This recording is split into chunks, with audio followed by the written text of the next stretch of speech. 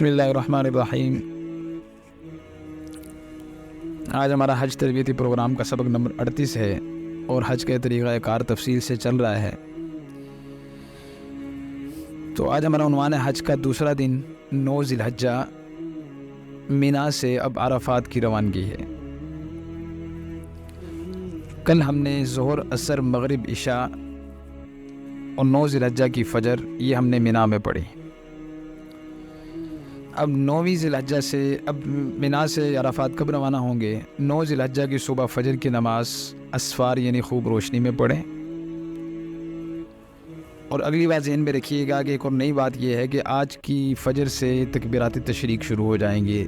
9, 10, 11, 12, 13, 23 नमाज़ें तकरीबन। इन 23 नमाज़ों में फ़जर की अपना हर नमाज के बाद एक मरतबा तकबीरात तशरीक पढ़ना मुसाफिर के लिए, मुकीम के लिए, औरत के लिए, मर्द के लिए, जमात के साथ हो, अकेले हो, हर हाल में पढ़ना वाजिब है। तब 9 ज़िलहज्जा की फ़जर से तकबीरात तशरीक शुरू हो जाती हैं। तो हर फ़र्ज़ नमाज के बाद हम इसका अहतमाम करें और क़दर बुलंद आवाज़ से तकबीरात तशरीक पढ़ें और उसके बाद हर नमाज के बाद 3 मरतबा तलबिया पढ़ें। अब हम कब जाएंगे मिना से अराफात? तो 9 ज़िलहज्जा को सूरज निकलने के बाद मिना से अराफात जाना ये सुन्नत है। लेकिन यहाँ पर अहम बात भी सुन लें कि अब जितनी हुज्जाज की तादाद है, जितनी कसीर तादाद से हाजी इस वक्त मौजूद है, अब सारे हाजियों का सूरज निकलने के बाद मिना से अराफात जाना, और फिर ये तो शाम तक भी अराफात में मुश्किल पहुँचेंगे। इसलिए 9 ज़िलहज्जा की सुबह सादिक के बाद यानी जैसे ही फ़जर का वक्त दाखिल हो जाए तो मिना से अराफात जाना पड़ जाए और तरतीब बन जाए तो वो जाना कोई मुश्किल नहीं है। आप मिना से अराफात जा सकते हैं,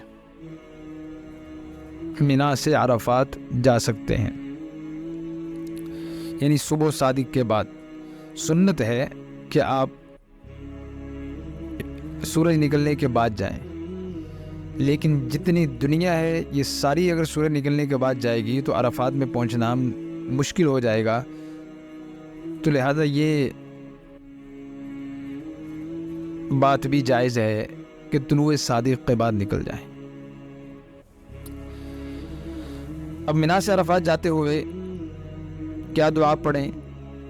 किताबुल अज़कार में अल्लामा नबी रहमतुल्लाह अलैह ने ये दुआ लिखी है, अल्लाहुम्मा इलैका तवज्जहतु व वजहकल करीम अरदतु फजअल ज़ंबी मग़फ़ूरा व हज्जी मबरूरा वरहमनी वला तुख़य्यिबनी इन्नका अला कुल्लि शैइन क़दीर। अल्लाह तेरी ही तरफ मैंने रुख किया, तेरी मुकर्रम ज़ात का इरादा किया, बस मेरे गुनाह माफ़ फरमा, हज को कबूल फरमा, मुझ पे रहम फरमा और मुझे नामुराद ना फरमा। यकीनन आप हर चीज़ पे कादिर। इब्न माजा में अनस रज़ियल्लाहु अन्हु फरमाते हैं कि हुज़ूर सल्लल्लाहु अलैहि वसल्लम हज के दौरान ये दुआ पढ़ रहे थे, अल्लाहुम्मा हज्जतुन ला रिया फ़ीहा वला सुमा। अल्लाह वो हज जिसमें न रिया हो न शोहरत हो, वो हज अता फरमा। तो ये बड़ी अहम दुआ है। यानी अगर आप देखें तो आज के दौर में बहुत बड़ा इस वक्त जो फितना आया हुआ है वो ये है कि हर आदमी हज के अंदर अपने आप को मारूफ़ करवाने और मशहूर कराने की चक्कर में और फिर जाकर माशाल्लाह माशाल्लाह इस्तकबाल हो रहे हैं और बड़ी जनाब उस बरकत हो रही है कि उसे हर तरफ हर एक आदमी उसे हाजी के लक़ब से पुकार रहा है और वो लोगों से अपने आप को हाजी पुकारने में फ़ख्र महसूस कर रहा है।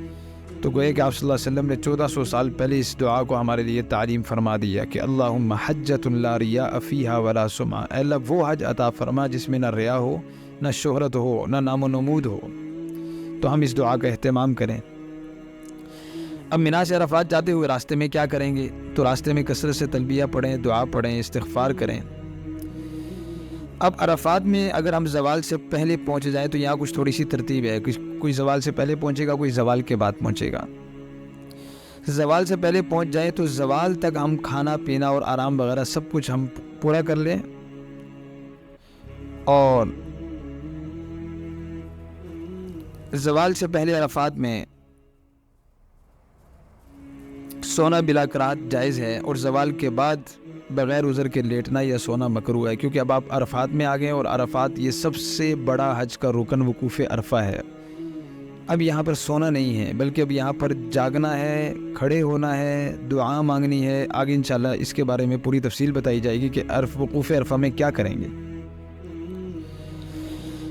اب اگر وقوف عرفہ کی نیت سے اگر ہم غسل کر لیں ممکن ہو ٹھیک ہے، ورنہ وضو بھی کافی ہے۔ اب عرفات پہنچ کر ہم اپنے خیمے میں رہیں۔ البتہ مستحب اور افضل تو یہ ہے کہ مسجد نمرہ جائیں، کہ جسے حضرت ابراہیم علیہ السلام نے سب سے پہلے تعمیر کیا تھا، اور زوال تک مسجد نمرہ یا اس کے قریب رہیں، اور زوال کے بعد ظہر اور عصر اکٹھی پڑھیں، اور اس کے بعد جبل رحمت کے قریب تھوڑا سا اوپر جائیں، وہاں پر سیاہ پتھر لگے ہوئے ہیں، ان کا ایک فرش ہے، تو وہاں پہ حضور صلی اللہ علیہ وسلم نے وقوف فرمایا تھا، تو یہاں پر آ کے وقوف کریں۔ یہ تو ترتیب ہے جو ثابت ہے، لیکن آج کل کے حساب سے کیا ہے کہ دنیا بہت زیادہ ہے، رش بہت زیادہ ہے، تو بہتر ہے کہ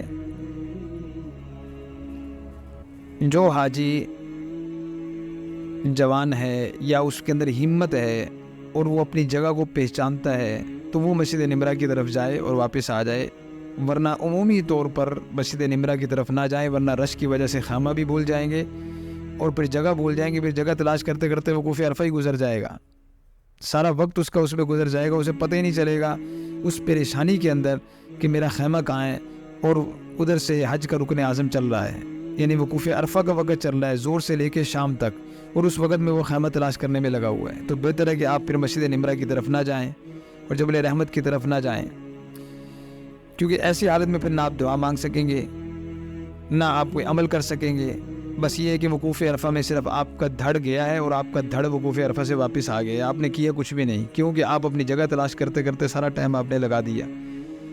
تو جو جن کے لیے ممکن ہے وہ جائیں، ورنہ عمومی طور پر ہر ایک اپنے خیمے میں رہے اور وہاں پر یہ 9 ذی الحجہ کا ہم دن گزاریں، کیونکہ وقوف عرفات یہ فرض ہے اور حج کا رکن اعظم ہے، اور سفر حج کا سب سے بڑا حاصل اور خلاصہ یہ ہے، اور اس کی حدود بھی متعین ہے۔ تو وقوف عرفہ جو عرفات کی حدود ہے اس حد کے اندر رہ کے ہم وقوف کریں گے۔ تو اب عرفات میں وقوف کرتے ہوئے کیا اعمال کریں گے تو اس کی تفصیل انشاءاللہ آپ کے سامنے پیش کی جائے گی۔